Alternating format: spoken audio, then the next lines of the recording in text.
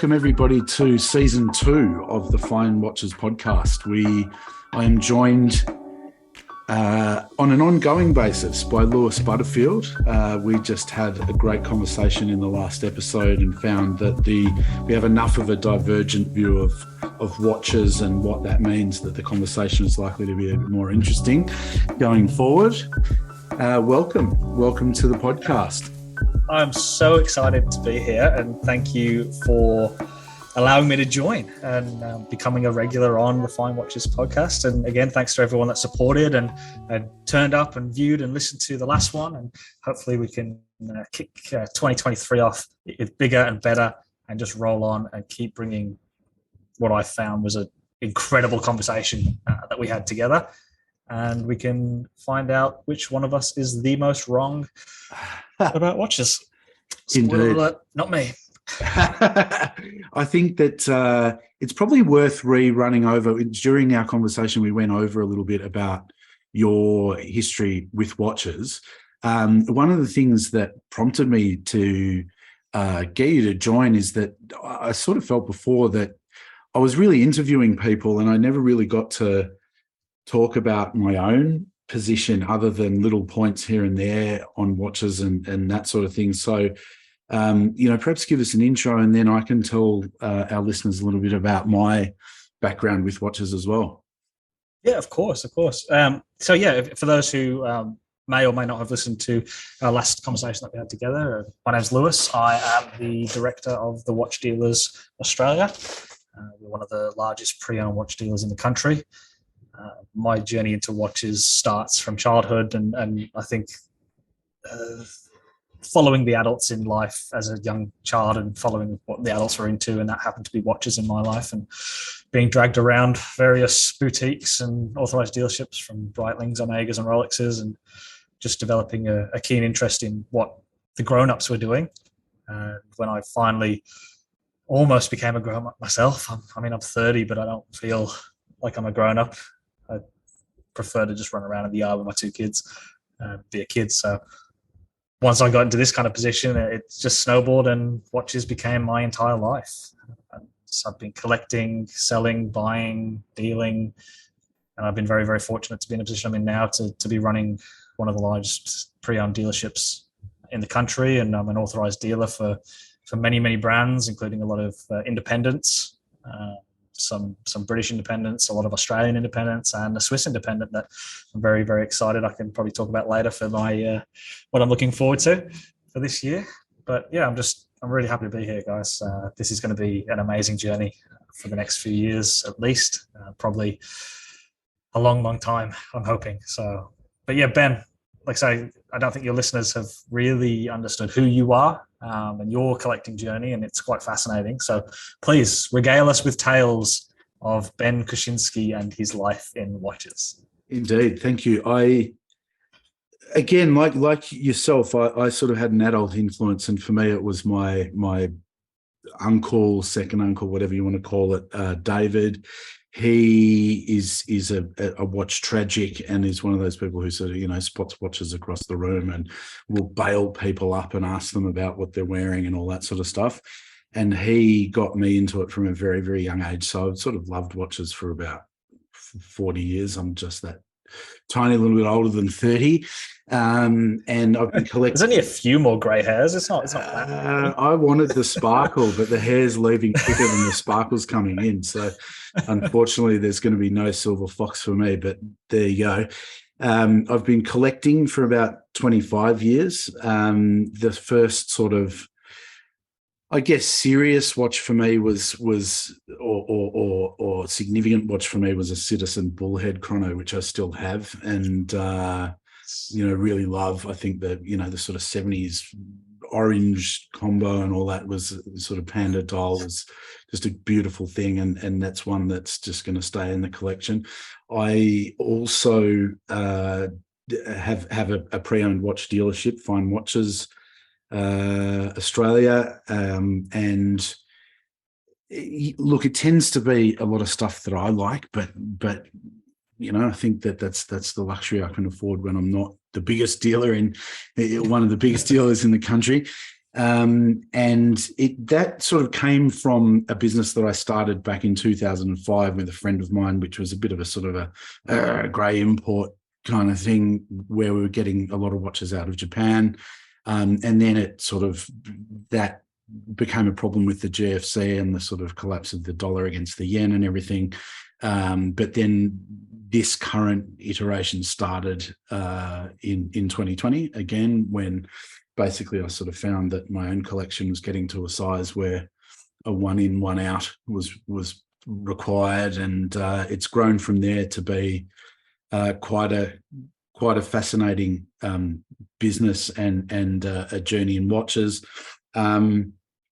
That led to starting the FineWatches podcast in January of 2021.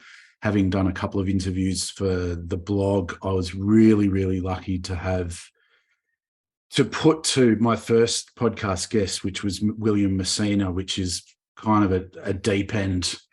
Which is nuts. It's start. Nuts. Look, COVID was really, really good to me. Like, obviously, during 2021, there were a lot of people just sitting at home, and a lot of people who ordinarily one would assume would not necessarily have time for a podcast with a listenership of about 4 people, including, my mates, including wife and mum, and so I had amazing people, Max Busser and Phil Toledano, Mr. Enthusiast, and Benoit Minchins of Renaissance, and a whole stack of, amongst a really, really amazing pantheon of people. So that sort of started and kept going and gathered a bit of a listenership, and it was a fascinating journey because I thought that I knew a bit about watches, but when you speak to some of the world experts like Eric Wind and other people, you really sort of realize how deep the pond is, and it turned into a fascinating thing. And so it was great. It's been a great journey. And that's it, right? Like you've interviewed some of the most interesting people in all of watches, and for me, one of the most interesting people in all of watchmaking, like Max Busser. He's like the mad scientist of watches, and you got him on the podcast. You had an awesome conversation with him. But doesn't it show you how little you know? When you talk to someone like that, you just like, oh yeah, I'm a child. Cool. You're amazing. You know everything, and I know almost nothing. It's such a humbling but re-energizing experience to speak to people like that who are at the top of their game. It's awesome. Oh, absolutely. Look, I think the deepest pond for me was Fred Mandelbaum. I mean, he's a guy who he's got the biggest sort of archival collection of Breitlings in the world, and Breitling consult with him about, if they want to do a reissue of a vintage model or whatever. Sometimes borrowing his watches to make sure that it's in keeping and all that sort of stuff. So, if you listen to that particular episode, and when he talks about his journey, he's coming out with watch brands and progressions in terms of knowledge that are just mind blowing. So, look, it's been absolutely amazing, and I feel really, really grateful for it. And I'm really excited about this next bit of the journey. It's, like you support some independence through your business. I guess if I was to sort of categorize my own watch collecting or watch enthusiast persona, I'm sort of a cynic who appreciates quality. So, I'm very cynical of the sort of hype beast trends and the big bubbles and all that sort of stuff, without being critical of the brands that might be the focus of those. And, I don't really care whether you're buying a Seiko for $700 or a Swatch for $100 or a Patek for $250,000. Like, if it's a great watch and it brings you joy, to me, that's what makes a good watch or a fine watch. So I've always tried to push that through the previous conversations on the podcast. I try and sort of encapsulate that in what I offer through the what I sell through my business, so that people, you don't have to be a high-end watch collector to buy from me. And not to say that this I think deliberately we don't want this podcast to be a sort of a promotion of our businesses or whatever. But I guess I mention it only because it's really the philosophy with which I approach how I help people who ring, help people, friends and others who ask me about, watches and all that sort of stuff. So I really believe that there's a huge depth in the market and in what's offered. And, I find it really exciting. So, yeah. And on that, it's yes, we're both, directors of companies that sell watches. It's no getting away from that. But it also, the way that we go about it is so different. But I think that we both have this deep-rooted watch nerdiness that tries to inform the way that we go about both collecting, consuming watch media, watches, just the world of horology, and then that informs the way that we sell and curate our collections of stock. It's the same for us, is that I purposely will not go out there right now looking for huge ADs with Tag Heuer or Oris or bigger companies like that. I specifically, similar to you, I go for the quirkier side of things, the more interesting, smaller side of things, where I can try and push people towards those directions. The people like Fears, like Galvin. I mean, Susan's a very, very small brand out of Sydney in New South Wales here in Australia. It's just some incredible stuff, and it's really, really affordable, and I love it. And we have to support those kind of people because they offer something really interesting, and it does inform the way that we both view watches. Your collection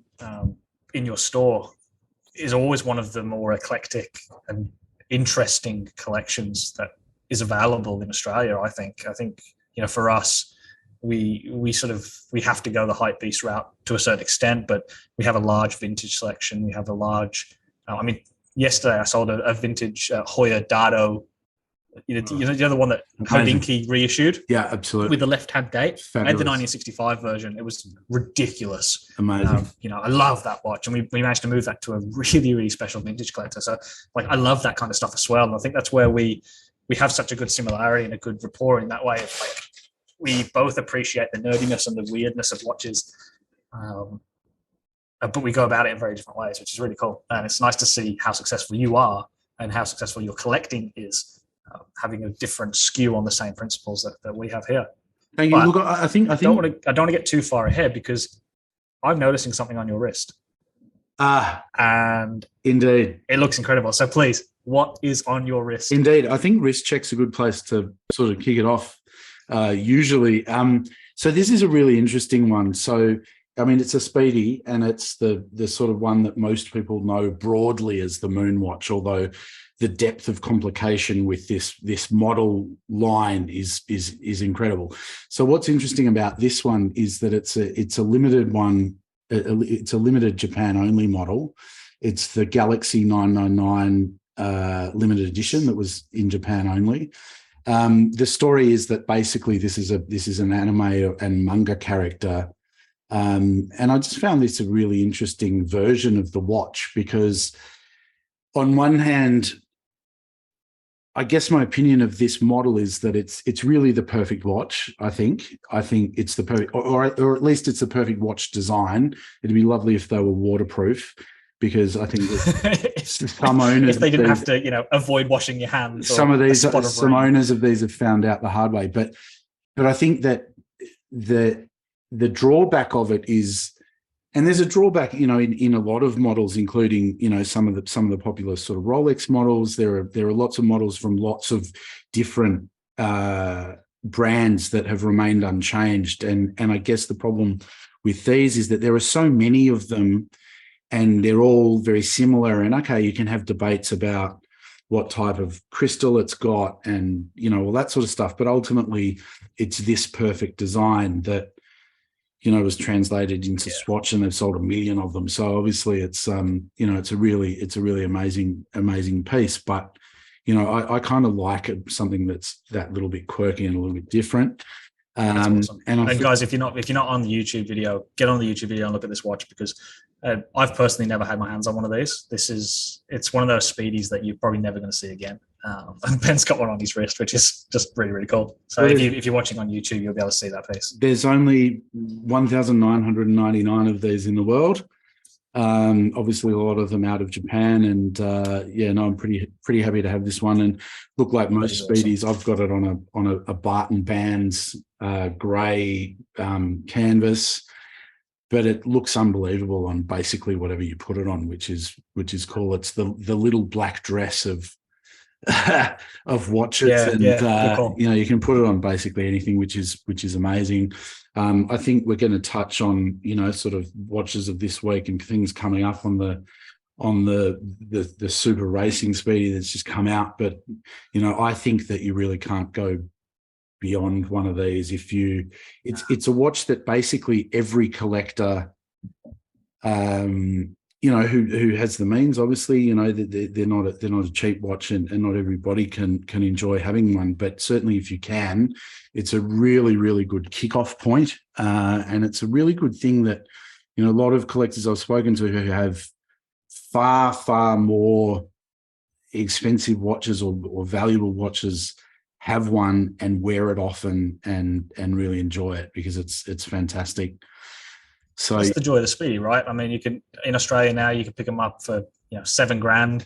You can, modern references for about $7,000. US viewers, it's under $5,000. In terms of your first big purchase or a good mid-tier purchase, it's hard to go past. I mean, I've had one personally. I had a sapphire sandwich with the 1863 movement in it. It was a great piece.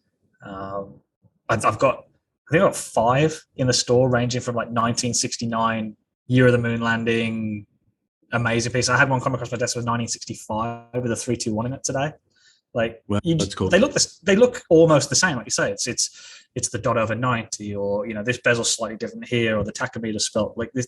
It's little things, but what is it? It's that, the Submariner, and the Cartier tank, the 3 most iconic classic designs of all time, right? There can't be anything else. It's those 3. Cartier tank. You find me one from 1940, it's going to look the same from tomorrow. The Submariner, the 5513, looks almost the same as a current no date, just a bit bigger and a bit more robust. And the Speedies are the same. They're just little incremental improvements, and they're classic. It's when you go into things like you've got there, where you get limited editions, special editions with quirky little features, it's perfect. Honestly, it's perfect. I love it. And what about yourself? What are you sporting today? Yeah, quirky. So I mean, you've got your limited edition 1,999. I've got piece unique, one of one. This is it's from a person called Albert Villa, or Albert Villa. He does very, very, very cool Art Deco inspired tank shaped watches with some of the most incredible dials. And I kid you not, like the fume on this is stunning in person.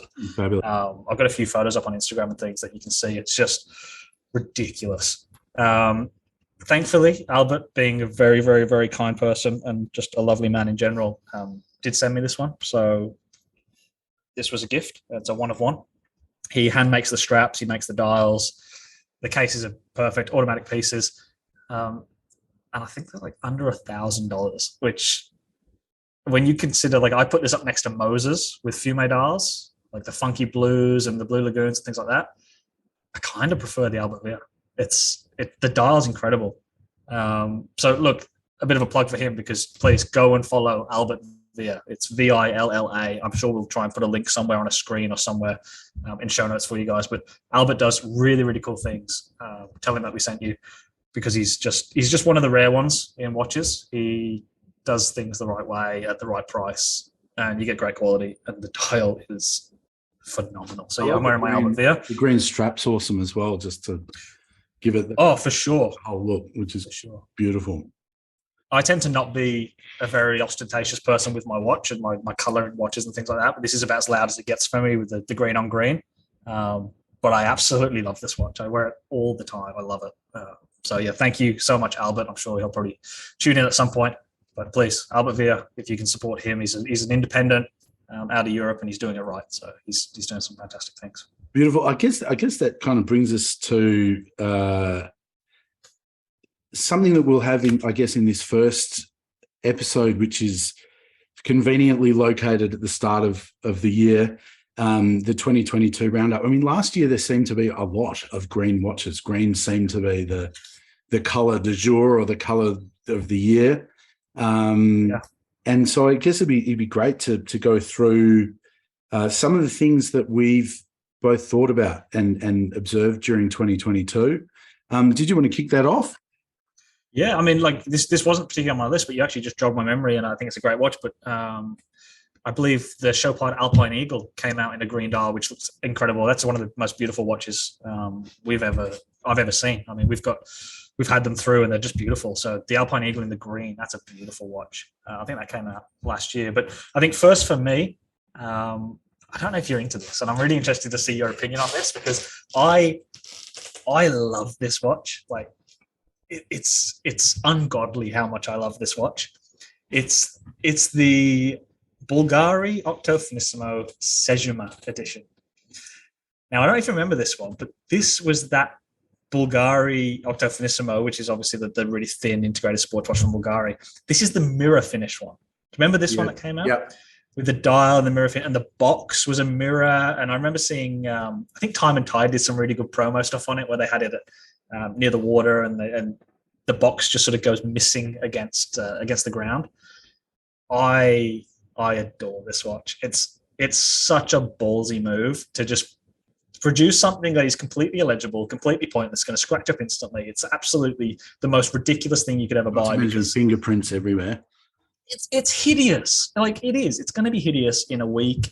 It's pretty much hideous straight away, but I love it so much. So yeah, the Sejuma edition Octo Finissimo. I hate that I love it, but God, I love it so much. I just love the Octo Finissimo generally. Like, it photographs beautifully, but what's even more impressive is when you see it in the alloy. It's just, there's something so beautiful about how it sits on the wrist, and its proportions in real life is really amazing. And it's, what's great about it is that in this day and age, when arguably so many brands are doing, reissues of different colors and reissues of vintage models and all that sort of stuff, there are regrettably, unless you're looking at really haute horology, there are so few brands that are really kind of putting themselves out there in terms of something that's really new, really avant-garde, and maybe a little bit risky.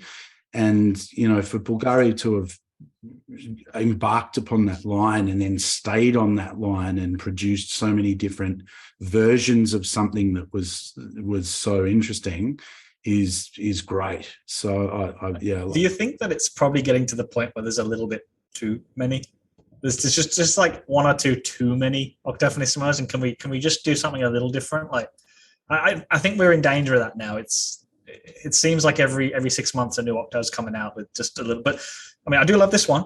Don't get me wrong, I love this one. But it does seem like, are they becoming a bit of the AP Royal Oak factory? It's just, is that all you got, guys? Can we do something else? Yeah, look, I mean, I think that's something to cover for sure in terms of my reflections on 22. But I think, yeah, look, I mean, I think that the iteration on that will eventually play itself out. I mean, you can do black PVD versions, coloured PVD versions, all that sort of stuff.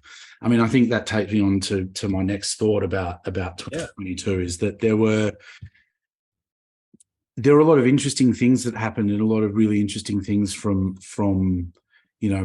smaller independent brands, micro brands, and that sort of thing. And the watch world is never short of interesting, innovative, fantastic things. But I think there were a couple of things that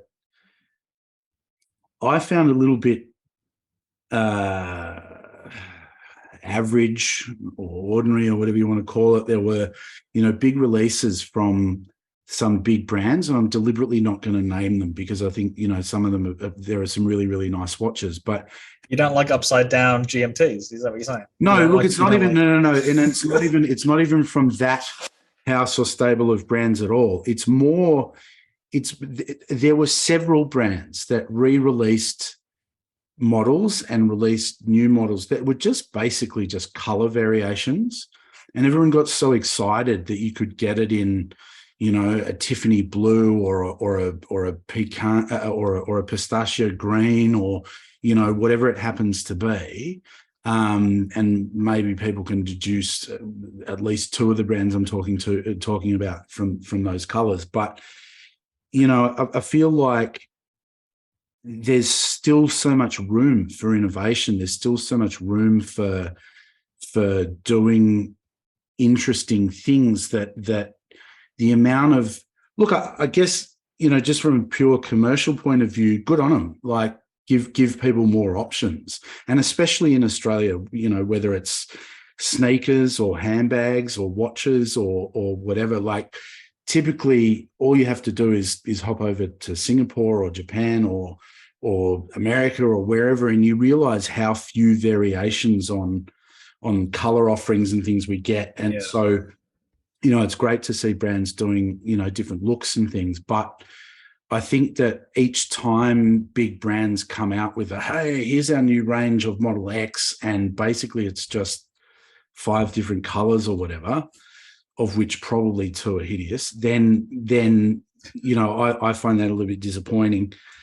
I'm so excited for you to try and explain now, after saying that, how the thing you're excited about 2023 is so different and so much better than not just another variation of something that's been produced for 70 years. I'm so excited, Ben. Sure. No, I think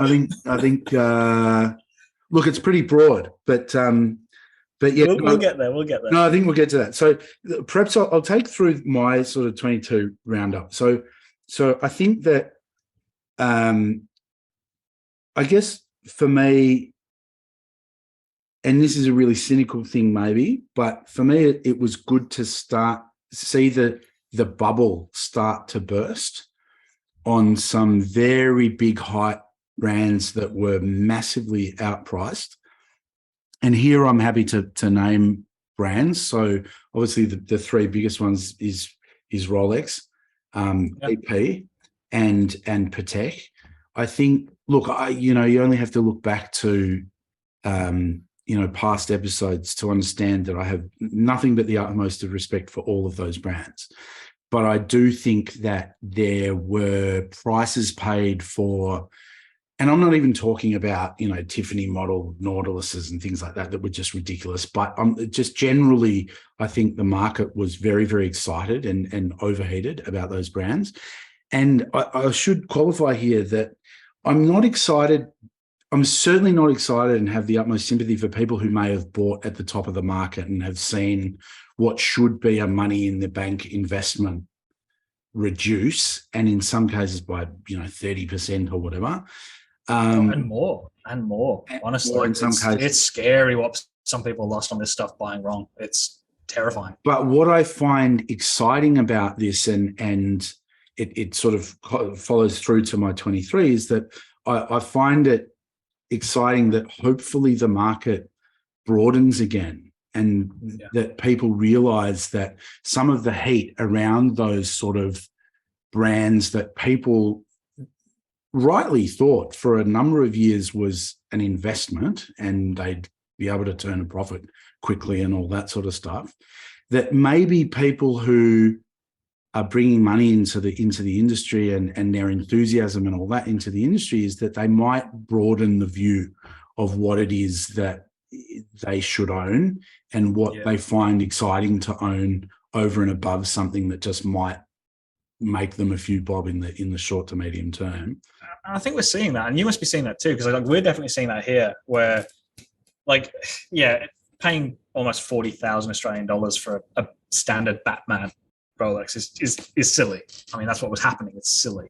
But we're definitely seeing those guys who were spending big numbers on the Batmans look into, something like a precious metal Vacheron or like a quirky reverso complication. Like, we're definitely seeing that, which is really nice. I agree with you. I think that's a positive that's coming out of a downturn that's undoubtedly happening and happened. And I do feel that we're sort of reaching the bottom of that now.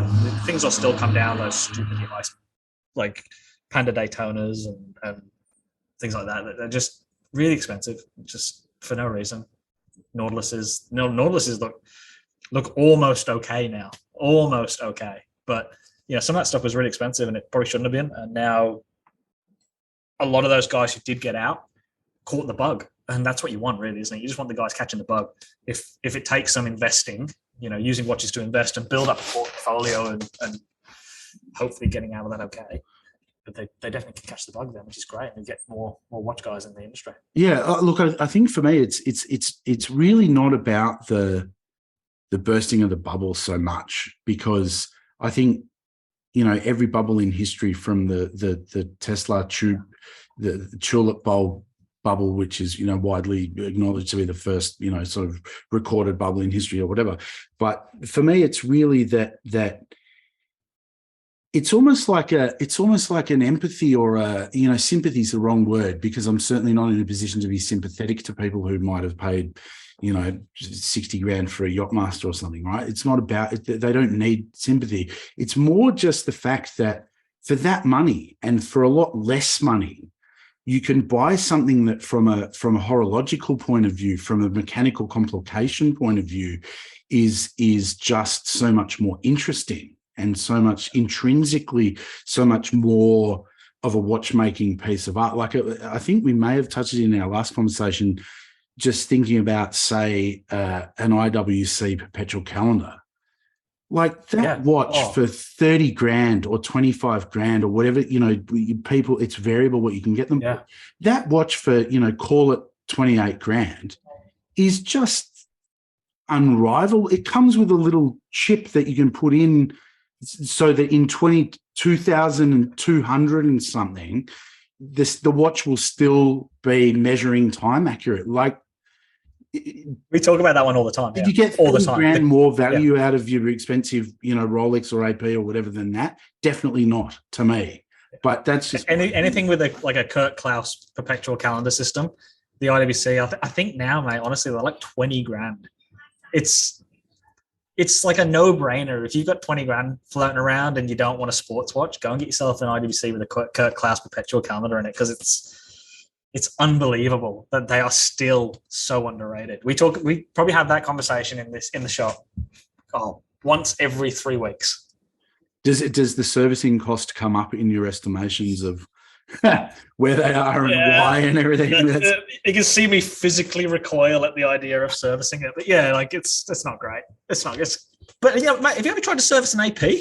Holy moly! Yeah. Mate, it's like, I might give you one of my kids instead. Like, I've got, depending on the day of the week. Yeah. It could be cheaper, indeed. Even trying to get, all right, AP are taking the piss. So to try and get just a note from AP that says, yep, this is an AP, is 5,000 Aussie dollars. For them to just say, oh, yeah, that's an AP. That's it. 5 grand. It's ridiculous. Yeah, it's unbelievable. I can service 5 Rolexes for that, and that's not a joyful process necessarily. But it sucks. We definitely covered that one in the last conversation. Oh. But give us your 2022, trend. So another one that I really like. It's another watch, man. Like it's the watches for me. Like, you and I are both race fans, right? And we've spoken about this. We're both Formula One fans and race fans, so you probably know where I'm going now. The IWC Patronus AMG that they made, that light blue. Yeah. Oh, yes. Make it smaller. Make it for me. I love that watch. It's so cool. And like we've had a few people try and get them and try and sort of find them. They're actually quite hard to get a hold of. They're so cool. I like cool. With that particular watch, I really like the fact that they didn't put the branding on the face. Yeah, because it's an IWC, right? Because it just looks like an many IWC. Times there are so many great collabs. Like, I'm thinking the Oris Williams collabs are a few years ago. Yeah, there are countless models where they do these amazing color combinations and everything, which they wouldn't ordinarily do, which makes the model really interesting.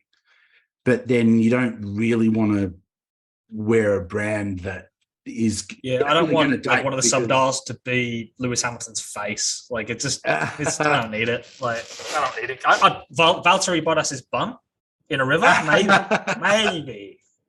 But Did you see no, the I love look that watch. Did you see the look of horror on Lewis's face when towards the end of their final season together, Bottas gave him a gift of like a frame, and Lewis kind of looked at him, he's like, "What the fuck are you giving me?" I'm gonna look at your ass. Like, to be fair, Bottas spent most of his career at Mercedes looking at the back of Lewis Hamilton, so it's probably fair that now Hamilton gets a nice picture of the back of Bottas. So. And look, without commenting on anyone's preferences or whatever, he's a fit man. He's got a nice bum, so there are worse bums to have on your wall. Worse bums. I'd be proud of it. Than Valtteri Bottas. I actually saw him and his girlfriend riding their bikes in Melbourne when they were here over the Christmas break. Yeah, because she's Aussie, isn't she? I think she's Aussie. Indeed. She's cool. She's bike.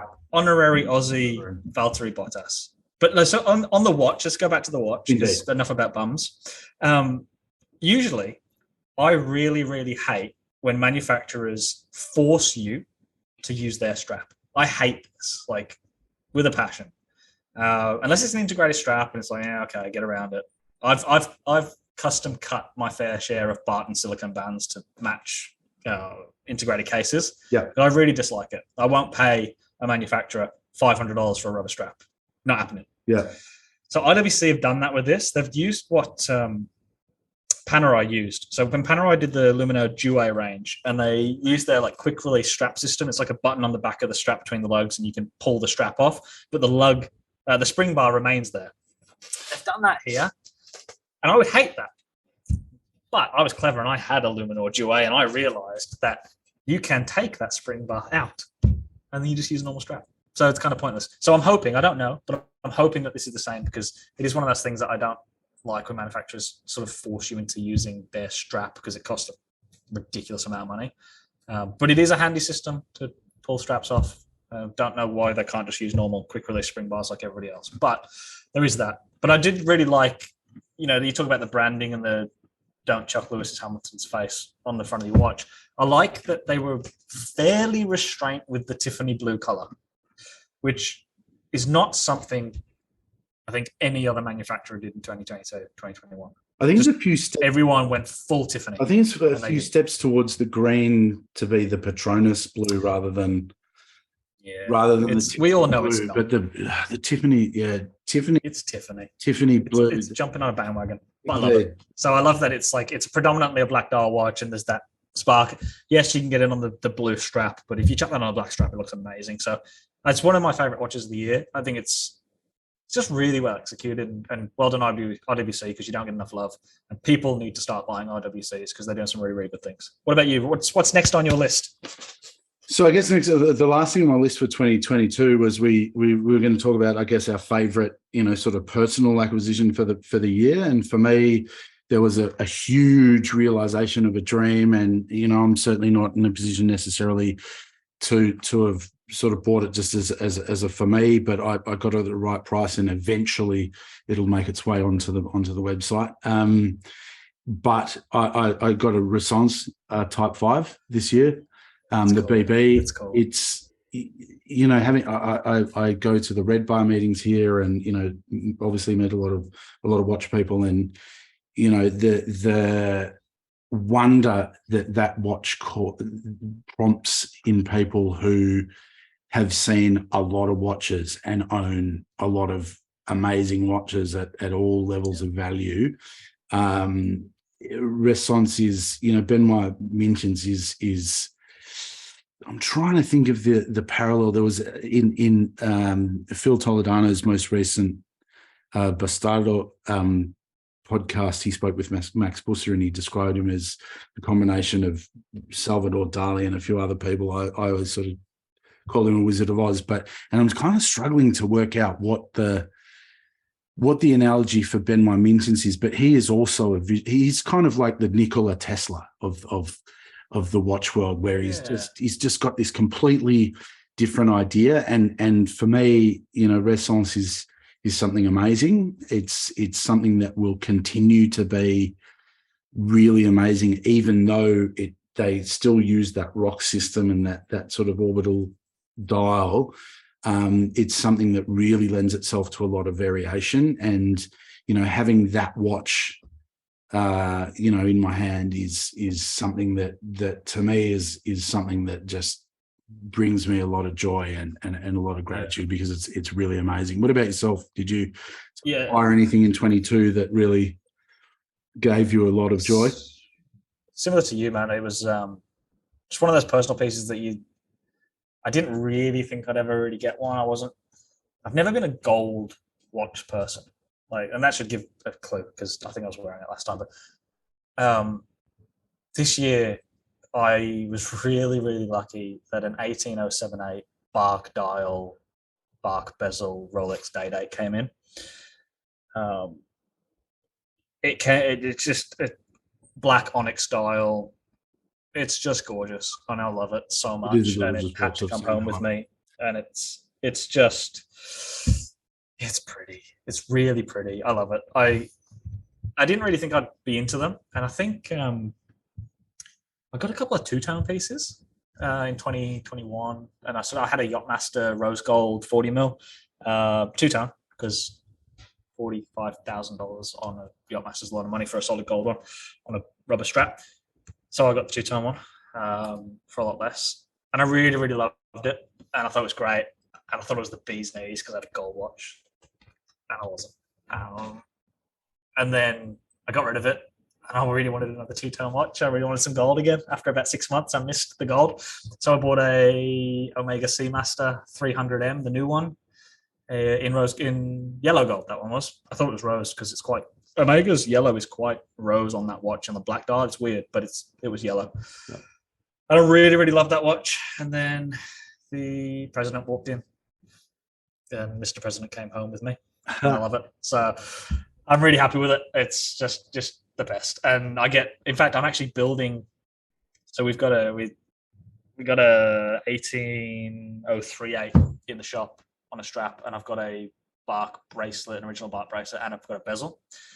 And a customer's asked me to put them on and turn his watch and order him an onyx dial, because he's just copying me now. Because he saw my watch and fell in love with it, so I was like, I got to have the same. So we're going to build him one, keep all the originals as best we can. But yeah, he's going to have sort of a hodgepodge of my watch. But mine's the original, mine's the proper one, and I love it. It's just the best. So that was my favorite thing that happened in watches for me personally this year. I think that's great, and I think that, not to labour the point about the sort of hype-based sort of cynicism that I have, but Rolex is such a great brand, and there's so many really beautiful, interesting variations and additions that they've done. And, to me, that's such an interesting, desirable piece. My wrist doesn't necessarily carry yellow gold, perhaps as good as yours, but it's, that to me is a much more interesting piece than just, a and you know version. What? We talked about value. So. You talk about value, and it's a 36 mil. It's an 18078. It's 1989. I think mine is 1988. You can pick them up for 20 to 25 grand in really good shape. I mean, it's a lot of money. Yes, that is a lot of money. It's $25,000 on something you don't need. But if you are in the market for something really, really cool, and you want a Rolex because you know Rolex and you know the brand, really, those 36 mil neo vintage, slightly vintage day dates, they're really, really good value right now. I would be throwing money at those because they're cool. They are so cool, and they've got so much character. There's different references and dials that you can go down. Look, there are oyster dates on straps and things that you can pick up for $5, and that's still an incredible watch.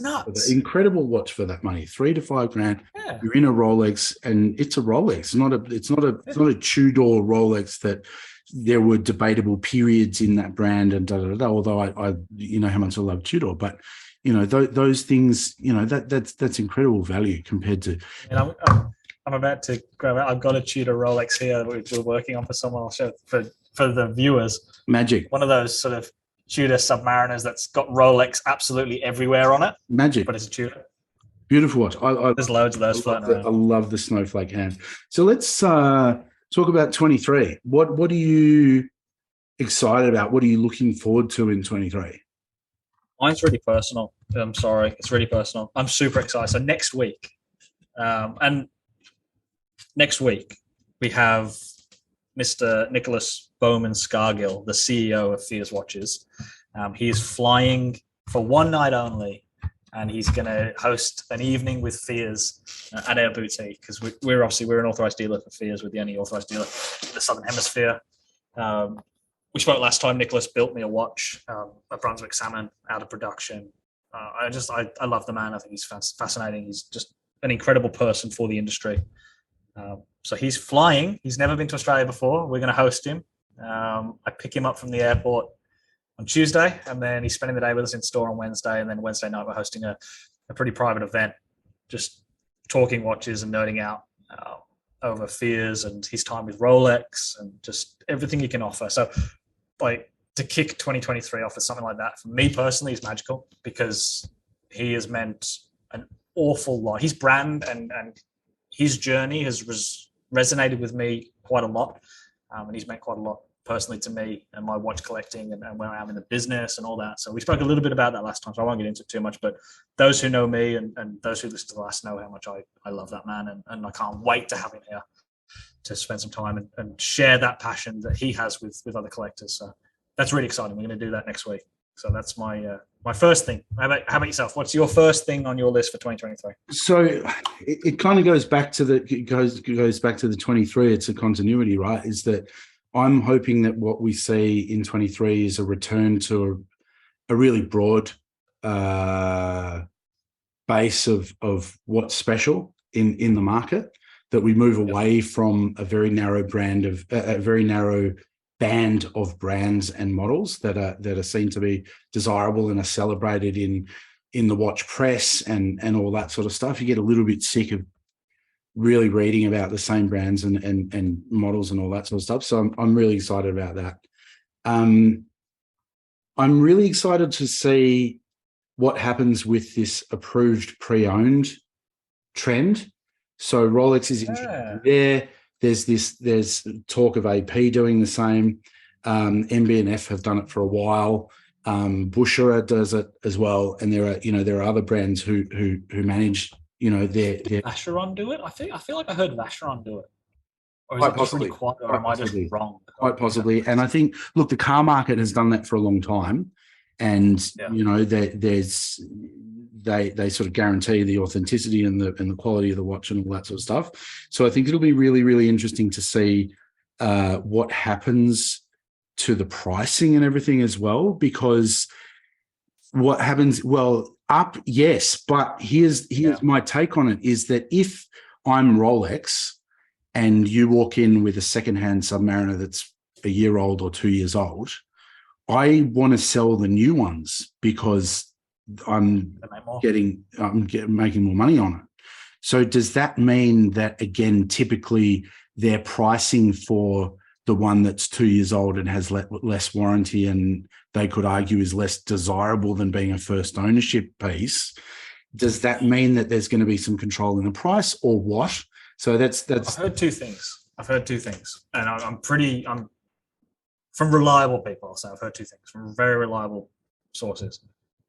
First one, they're not allowed to buy anything above retail, is what I've heard. I don't know how true that is, but it's reliable source. So they're not allowed to pay above retail. So that, to me, absolutely ridiculous, because if you can sell your Submariner to someone like us or a dealer down the road for more than Rolex will give you, because it's above list, why would you sell it to Rolex? So that makes no sense. So how are they even going to get stock if they're only paying retail? Who's selling to them? That's silly. Unless it starts to become one of those. Can I answer what I think that question? I think that what will happen is that people who say have a Batman or a root beer or whatever and want to change to the other one are people who walk into a Rolex boutique and go, right, I can get a guaranteed value.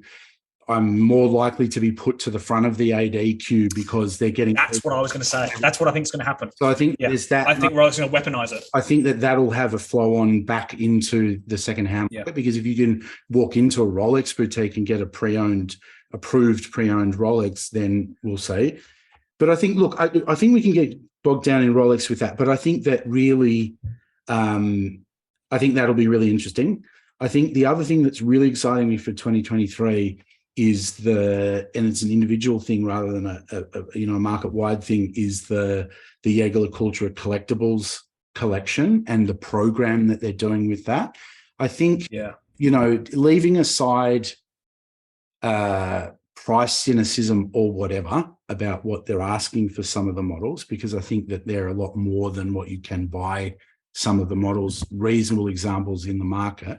I think it's a really, really admirable thing that they have recognized that, some of their older models have a real place in horological history and everything, and that they've committed a team and resources to the fact that you can reliably send your watch back to them and have, because I'm assuming that this is going to be a flow on, that if you buy a Polaris Model 2 Memovox or whatever, that gorgeous blue oval thing, that you can send that back to them and have them look after it really, really well and have the resourcing behind it, that it's no longer a thing of, okay, if you buy a Futurematic, then good luck unless it's a good one because no one will fix it. Do you know what I mean? And I think that that's a really exciting thing for them and me and other enthusiasts who like JLC.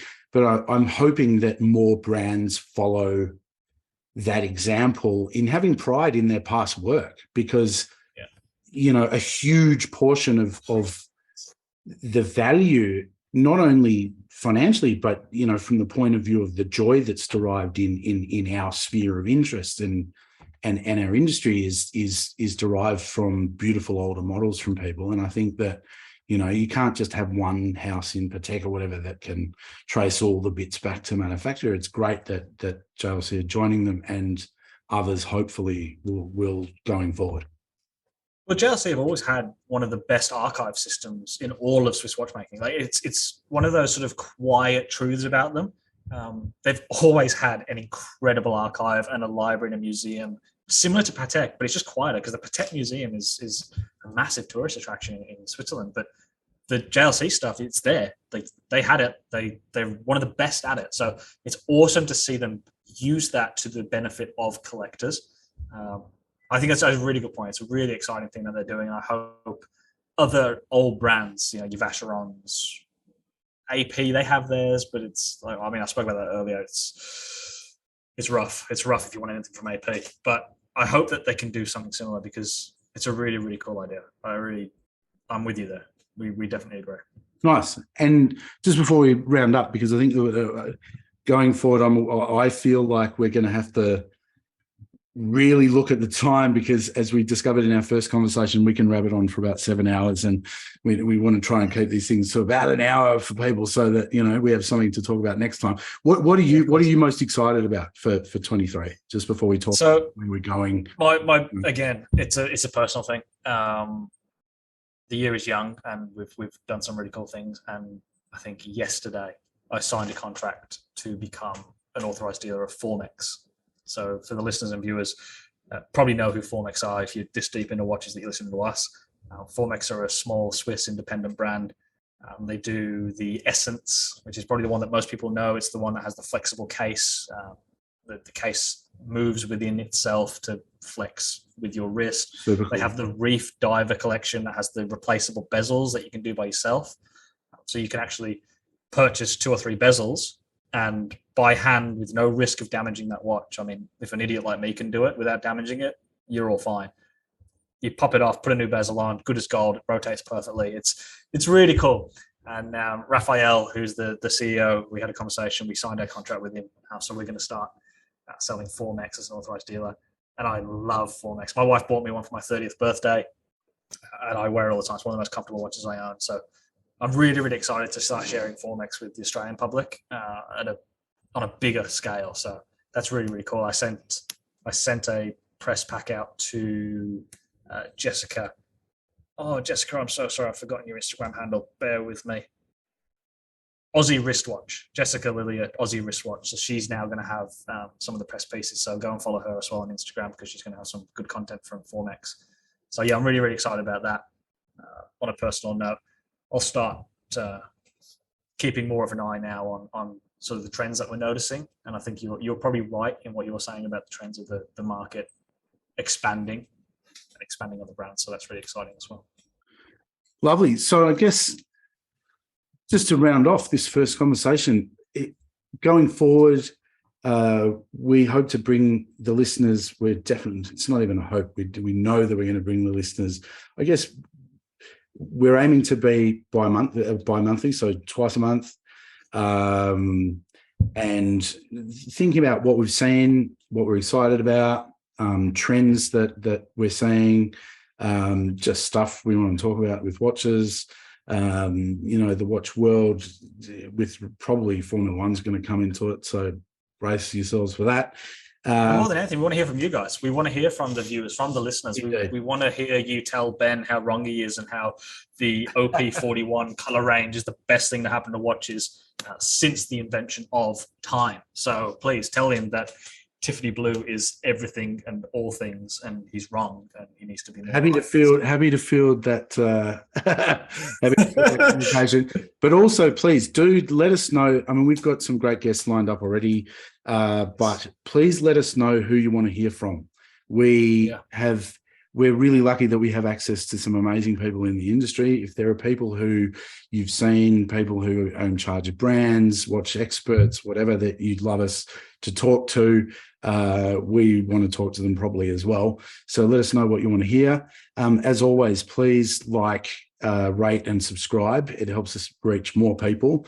I know everybody says it, but please take a sec to do it, because we really appreciate it. And Lewis, welcome aboard. I'm so happy that you're so excited. And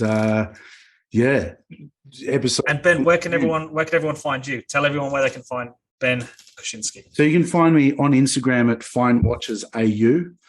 You can reach me on hello@finewatches.com.au. And without wishing to sort of push the business too much, the website is finewatches.com.au. And very happy to hear from you and help you find something if I don't have it. So thank you. That's it.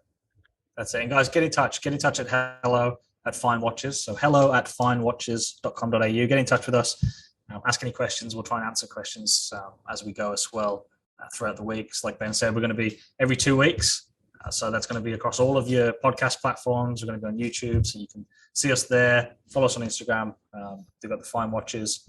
And we can't wait to bring more exciting content to you in 2023. And check out Lewis at GC Watch Guy on Instagram as well. By the way, the email that you can reach both of us on at the same time is podcast@finewatches.com.au. Love to hear from you. And thank you so much for joining us for episode 1 of season 2 and of 2023 of the Fine Watches Podcast.